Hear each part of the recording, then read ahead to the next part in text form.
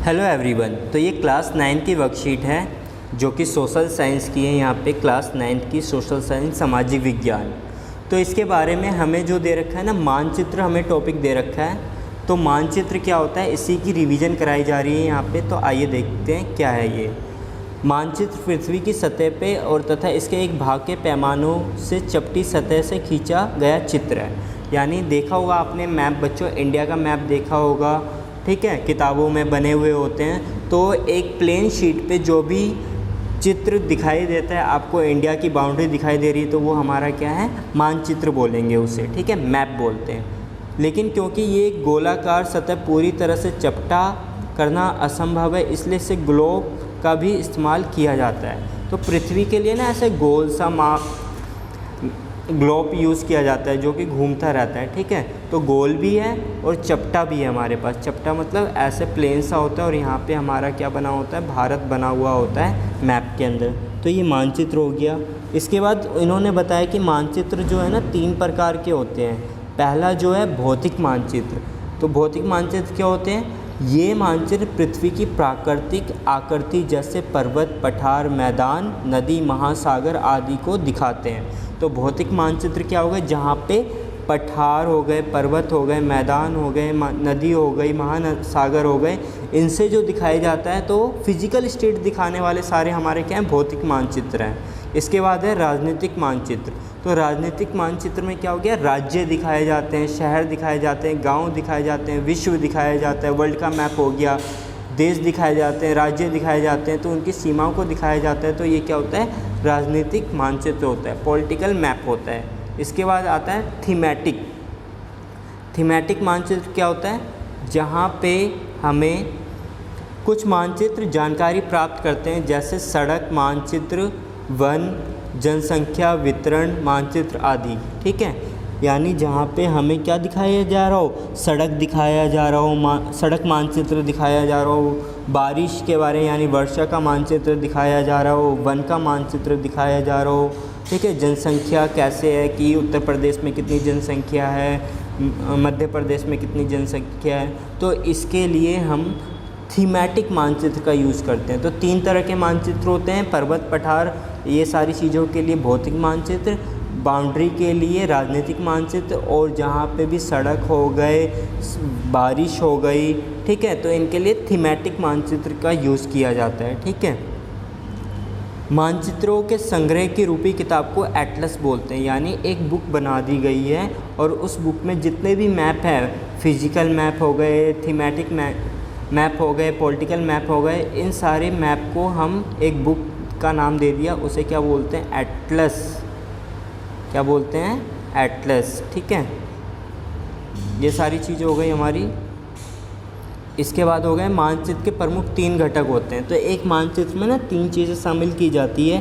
पहला आता है पैमाना, ठीक है, जो कि दूरी दिखाता है कि कितनी हमने दूरी ली है। मानचित्र पे दिखाई गई दूरी का अनुपात होता है कि कितने कितने का गैप ले रखा है हमने, ठीक है। फिर उसके बाद दिशाएं होती हैं, ठीक है, ऐसे 4 दिशाएं होती हैं ना, यहाँ पे ईस्ट, वेस्ट, नॉर्थ, साउथ, ठीक है। तो ऐसे ये दिशाएं होती हैं। तो ये दिशाएं 3 चीज़ें हो गई।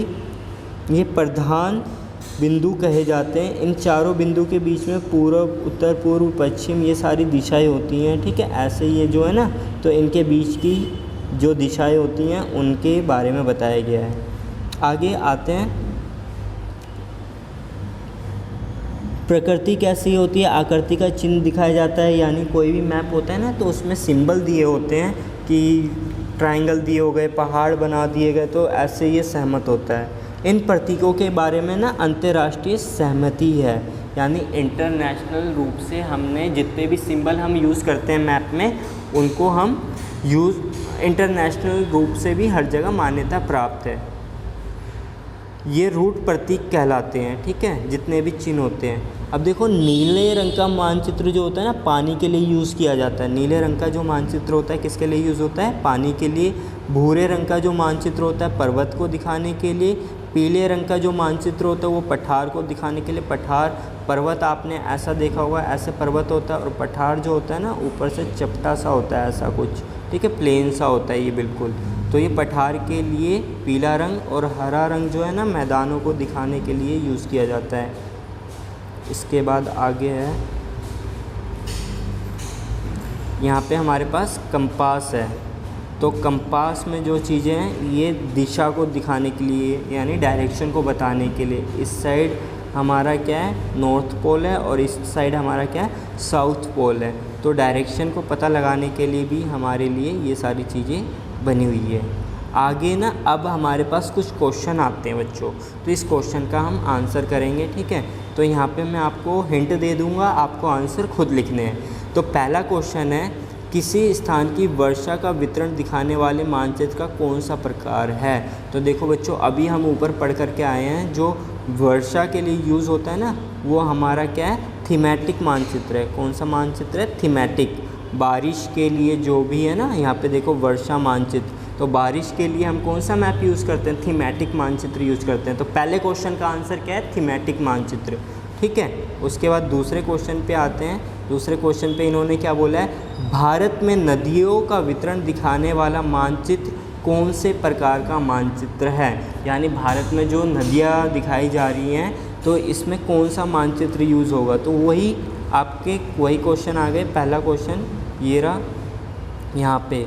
तो यहाँ पे क्या है, नदियाँ जो भी दिखाई जाती हैं ना, तो इसके लिए हम यूज़ करते हैं भौतिक मानचित्र। नदियाँ हो गई, महासागर हो गए, ये सारे क्या हैं भौतिक मानचित्र यूज़ किए जाएंगे। इसके बाद आगे आते हैं, हमारे पास क्वेश्चन है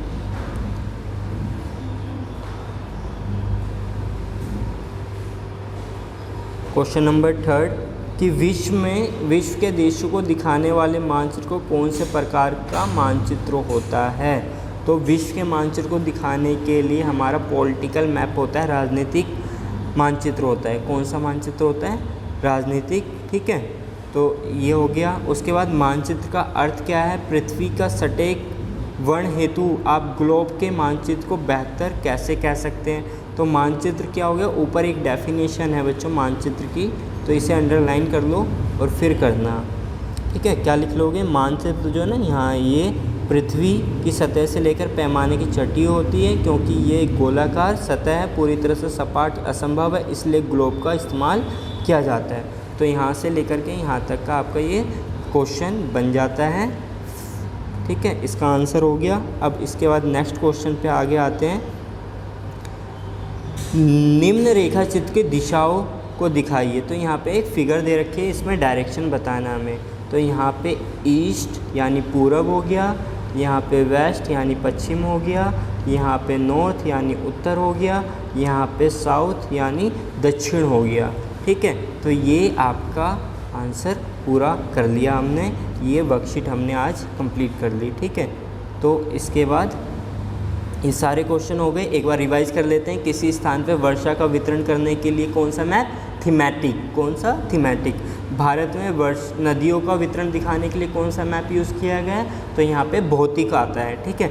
तीसरा क्या है, विश्व के देशों को दिखाने के लिए कौन सा मानचित्र यूज़ किया है, तो उसमें राजनीतिक आता है। चौथे क्वेश्चन के लिए ऊपर की 2 लाइनें मैंने आपको अंडरलाइन करा दी है, 5वें में यहाँ पे आपको ये मैप मैंने बता दिया है, ठीक है। तो ये आपकी यहाँ पे कंप्लीट होती है। अपने दोस्तों के साथ शेयर करिए इस वीडियो को। Thank you for watching.